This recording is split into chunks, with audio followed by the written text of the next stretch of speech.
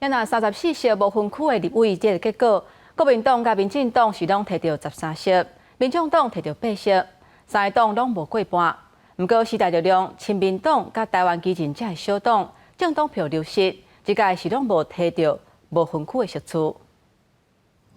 选举的结果出来，伫无分区立委方面，过5%卡的政党有民进党、国民党甲民众党。根据中选会所公布的资料，民进党以36.16%的得票率摕到第一，抢到13席；国民党34.58%的得票率得伫了后壁，共款摕到13席；民众党是22.07%得票率摕到8席，是第三关票。不过时代力量、亲民党抑个台湾基进这寡小党，拢无摕到无分区的席次。三党无分区立委的当选名单，民进党有林月琴、沈碧阳、张雅玲等13人入去立法院，排第15个陈培瑜受到妇女保障名下，得入无分区立委。国民党当选的名单依照顺序是韩国瑜、郭志温、甲陆军等13人，其中排第一的韩国瑜不做过3届立法委员，是毋是会选立法院院长，外界正关心。 因那民众党是摕到8席，包括黄珊珊、黄国昌、陈昭祖等人，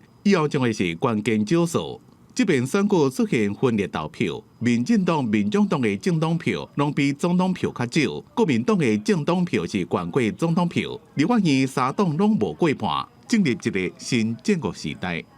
记者综合报道。